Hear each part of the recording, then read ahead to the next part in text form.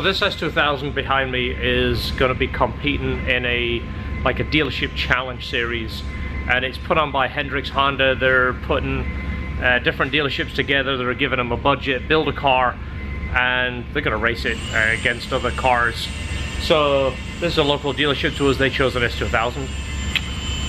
We supplied them the parts. They did the install. Again, they're trying to stay within the budget so they can't send anything out they don't need to. So it has a Kraftwerk supercharger. They had the engine rebuilt by Inline Pro. It's a 2.4 stroke motor. They did the header and exhaust, the Skunk 2.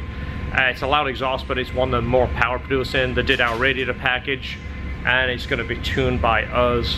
We went over the install just to make sure everything's good. It's a little different to the way we do it, but we're not putting our fingers in it, so we're not going to change it. It's going to be running on, originally it was supposed to be a road course, and then I guess the last minute they changed it to an autocross because some of these cars are going to be too fast and making too much power. And I think it was some insurance reasons. They couldn't insure people on a high horsepower fast track, so they changed it to an autocross, which this car is so much more than an autocross car. Alright, so full Skunk 2 exhaust with the alpha header, and the blower is a C3892. It's the larger blower, and of course the engine's a 2.4 Inline Pro built engine. We're going over the tune. We're trying to make as much safe power as we can. It's not about peak powers and dyno numbers. The dyno, of course, is a tuning tool, but we're using it to make sure everything is safe.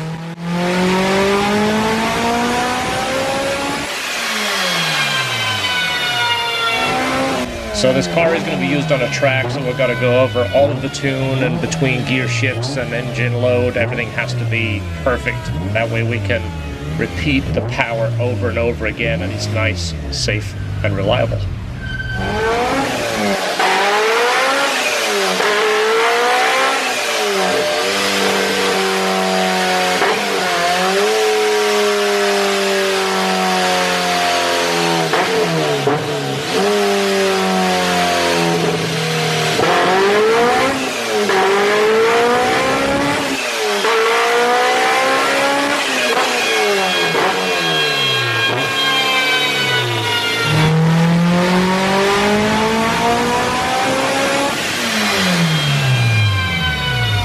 Alright, so final number 497, 317 torque.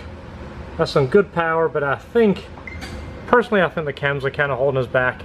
I've never used these cams before, but one interesting thing is they're peaking early. You see right here where it kind of goes flat, it's almost peaking right here, and then it's barely making any power, revving it up. It's 497 right here. Torque is good. It's making good torque numbers. You can actually see better there. You see how the torque starts to fall off. You see it's above 300 all the way here, and then it falls off. Usually these hold all the way to the end.